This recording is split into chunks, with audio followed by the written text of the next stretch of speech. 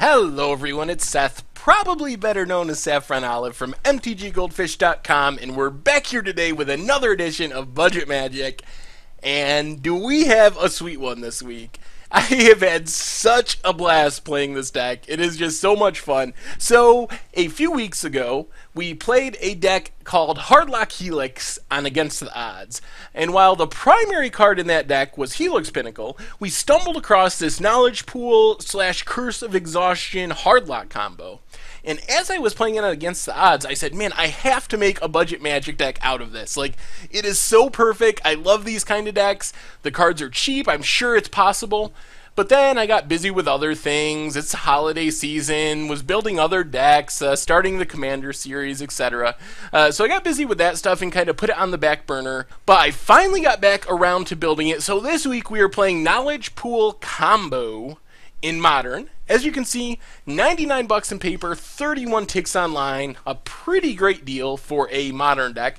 And this one's really competitive, and I love this deck. It is so sweet, so different, and it is just so befuddling for opponents. When we pull off our combo, it is just a blast to watch. No one knows what's happening, and it's just a blast. You gotta try it. Definitely gotta try it. Anyway, let's talk about the deck. So basically what our deck's trying to do is get a Knowledge Pool on the battlefield with a Curse of Exhaustion, or as a plan B, a Rule of Law. So Knowledge Pool is a 6-mana artifact. It has Imprint, and when it enters the battlefield, it exiles the top 3 cards of both libraries, so our library and our opponent's library. So there will be 6 cards exiled under Knowledge Pool. And then it has this ability where whenever a player casts a spell, Knowledge Pool exiles that card, and the player who casts the spell can cast any of the other cards exiled under the Knowledge Pool for free. So you cast a spell, it gets exiled, you pick one of those 6 cards that are under the Knowledge Pool, you get to cast that instead. Then the card that you cast will now be under the Knowledge Pool, so the next time someone casts a spell, that one is added to the potential plays as well. So while it's a little confusing, and that's how it technically works, the important thing to remember for our deck is Knowledge Pool forces a player, whenever they play one spell, it forces them to play 2 spells. Because the first one gets exiled, so it forces them to play a second spell. Well, Curse of Exhaustion and Rule of Law are cards that make it so a player can only play 1 spell each turn. So Curse of Exhaustion enchants a player, 4 mana, 2 of it white, and that player can only cast 1 spell each turn. Rule of Law is the same thing, except it's symmetrical, so both players can only cast 1 spell each turn. So, Curse of Exhaustion, Rule of Law, the important thing is they only allow a player to cast 1 spell. Knowledge Pool says you can't only cast 1 spell. If you want to actually resolve anything, you got to cast 2 spells. So when we have a Knowledge Pool and a Curse or Rule of Law on the battlefield, our opponent can't play spells. That's what it comes down to. No matter what you try to play, the Knowledge Pool lock doesn't care. It is a hard lock that says you can't play spells anymore. If it's a Rule of Law instead of a Curse, Rule of Law actually makes it so neither one of us can play spells. We are both hard locked out of the game, and neither one of us can resolve a spell ever again. But that's okay. I mean, ideally, we would like to be able to play spells, so that's why there's 4 curses and only 1 Rule of Law. But we have ways built into our deck to win, even if we can't play spells. So that's why we can get away with playing the Rule of Law lock too. So if we can get this combo on the battlefield, our opponent is hard locked out of the game. So the trick is staying alive until we get the lockdown, because it is somewhat expensive. So we have 10 different counter spells. 4 copies of Remand, 4 copies of Mana Leak, 2 copies of Condescend. The main goal of these spells is to help keep us alive. They can counter 2-drops. They just help us cycle through our deck in the case of Remand. So basically, they help keep us alive until we can get the lockdown. But they also work really well with the Curse of Exhaustion. Curse of Exhaustion turns these counters into time walks, basically. Say, for example, we have a Curse of Exhaustion on the battlefield. Our opponent goes to cast a Thoughtseize on us. They cast a Thoughtseize, and we remand it. Typically, what would happen in that situation is our opponent would say, okay, sure, tap another black mana, recast the Thoughtseize. No harm, no foul. They still resolve their Thoughtseize. Well, with the Curse of Exhaustion, casting any one spell, the opportunity cost of that is your entire turn. So they can't just recast that Thoughtseize. When we remand it, their turn ends. So we bounce the spell back to their hand, draw a card from the remand, and their turn ends. So it's just a way that any one of these spells can cost an opponent in their entire turn, which ends up buying us a ton of time to find our knowledge pool. Just a quick mention about Condescend. It is very good on the play because we can use it to counter an opponent's 2-drop and also scry 2, but it is pretty bad, especially in the early game on the draw. So what I've usually been doing most of the time, except unless we're in a control matchup where we just want as many counters as possible, is bringing the Condescends in when we're on the play and taking them out when we're on the draw. So they start in the main deck, but if we're going to be on the play, we take them out and bring in something else. So 10 counter spells, then we have 5 ramp spells, 3 copies of Mind Stone, 2 copies of Azorius Signet. So it's kind of a weird mix, 3 and 2. I honestly don't know which one is better. I don't even know if it really matters. If you have 4 copies of Azorius Signet, play the 4 and play 1 Mind Stone. If you have 4 copies of Mind Stone, play 4 Mind Stones and 1 Signet. I don't really care, but I think we want 5 2-mana rocks. Then we have some more cheap interaction. We have 1 Condemn, which puts an attacking creature on the bottom of its owner's library for 1 white mana, instant speed, and its controller gains life equal to its toughness. Then we have 3 copies of Path to Exile. Probably know what that one does. 1 mana, white, instant, and it exiles a creature, and the creature's controller gets to search for a basic land, put it into play tapped. The Condemn is honestly just a budget substitution.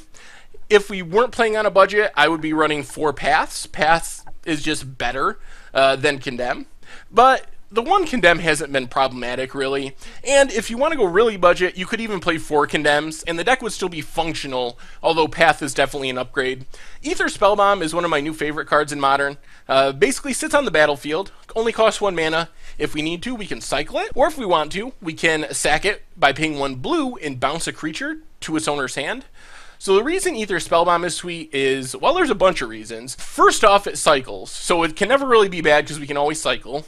Second, it's something we can play on turn 1, let it sit on the battlefield, and if we happen to lock ourselves out of the game with the Rule of Law Knowledge Pool combo, it's still sitting out there to deal with a creature, and it takes care of things like Etch Champion and other protection creatures that our Paths and Condemn can't really hit. So Aether Spellbomb does a lot, so 1 copy in the main, and then 2 Supreme Verdicts, just a Wrath, can't be countered, destroys all creatures. So you could play either Wrath of God or Day of Judgment in this slot if you have access to them. I think Supreme Verdict is the best of the options, but the difference is slight. In probably 85 or 90% of matchups, there's really no difference between a Day of Judgment and a Supreme Verdict. So that's the rest of our interaction. Then we have our finishers, and I am most proud of Chrono Savant. So as I was building this deck, I thought, well, let's see.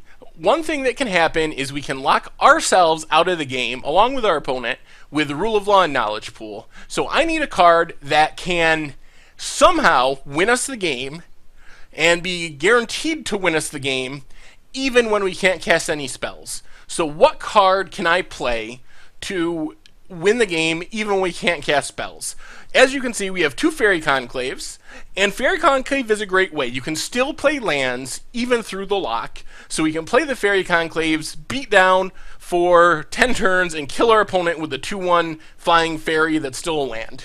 The problem is, people play Tech Edge, people play Ghost Quarter, so we can't rely 100% on Fairy Conclave, because our opponent could Ghost Quarter them, and we could end up not having a way to win the game.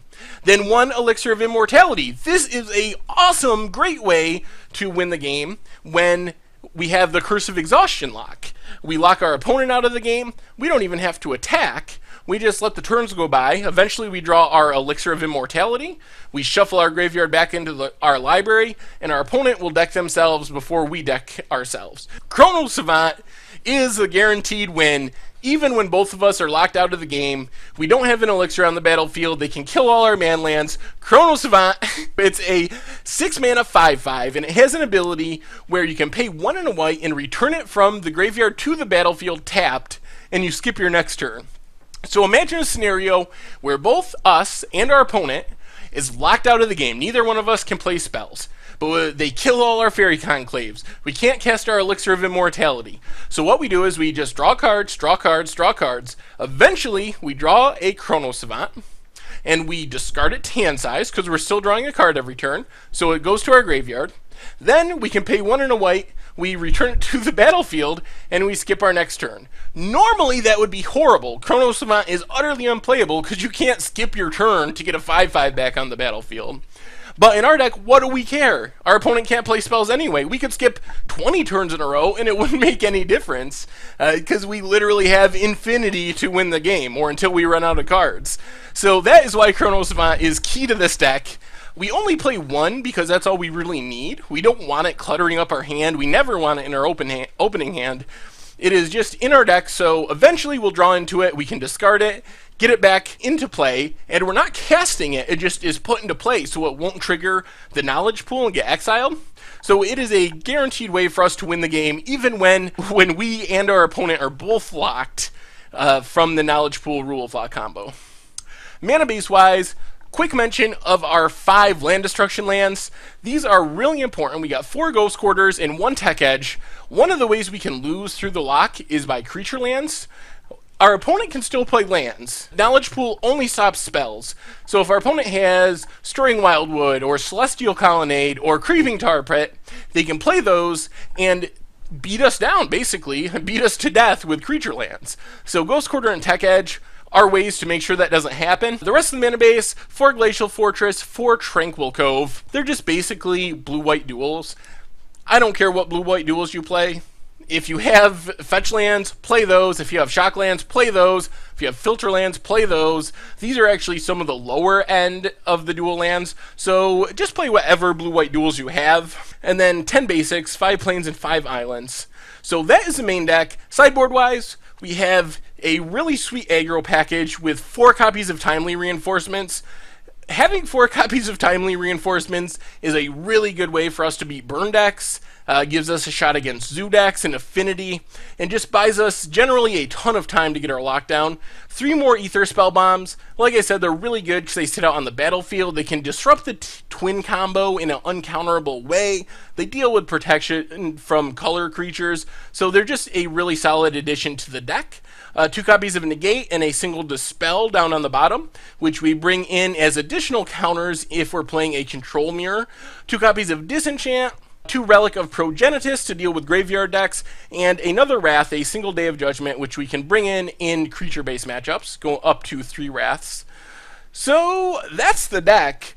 I've had really good success with it. I think overall my win percentage isn't insane by any means. It's in the probably the like 60% range, but man, I have had a blast playing it, and I've had almost every single time I pull off the lock. I don't think our opponent has ever seen it before. So you get these awesome situations where you play a Curse of Exhaustion, opponent's like, okay, whatever. Then a few turns later, you play the Knowledge Pool, and there's this long pause, and your opponent, you can tell they're reading the card, trying to think, what does this do? What does this do? And eventually they let it resolve. And then the game goes along. Our opponent, next time they play a spell, it gets exiled. You can tell they're like frantically clicking to try to cast something from under Knowledge Pool. And then after a few minutes, they give up. And then the next turn, or during our turn sometimes, they'll cast an instant and try again. Sometimes it takes 3 or 4 times of their spell getting exiled by Knowledge Pool for them to realize, oh wow, I am literally locked out of the game. There is nothing I can do. So it is definitely a befuddling deck for opponents who've never seen it before. And it's fairly competitive. We have enough interaction and counters to keep us in the game, and the combo is pretty unbeatable. Once we get it down, there is just not many ways for our opponent to deal with it. So anyway, I've had a blast playing it. I really recommend checking it out. Anyway, thank you for watching. Don't forget to check out the website for the article for this budget magic, mtggoldfish.com. Also has all my other articles, decks, prices, metagame strategy, tons of great content from other people. Check it out. Also, if you enjoyed the video, make sure to click that subscribe button that's about to pop up on the bottom of the screen, because it'll keep you up to date on all the latest and greatest in video content from mtggoldfish.com. Anyway, thanks again for watching. I hope you enjoy watching us lock some people out of the game with Knowledge Pool and Cursive Exhaustion, and I will talk to you soon.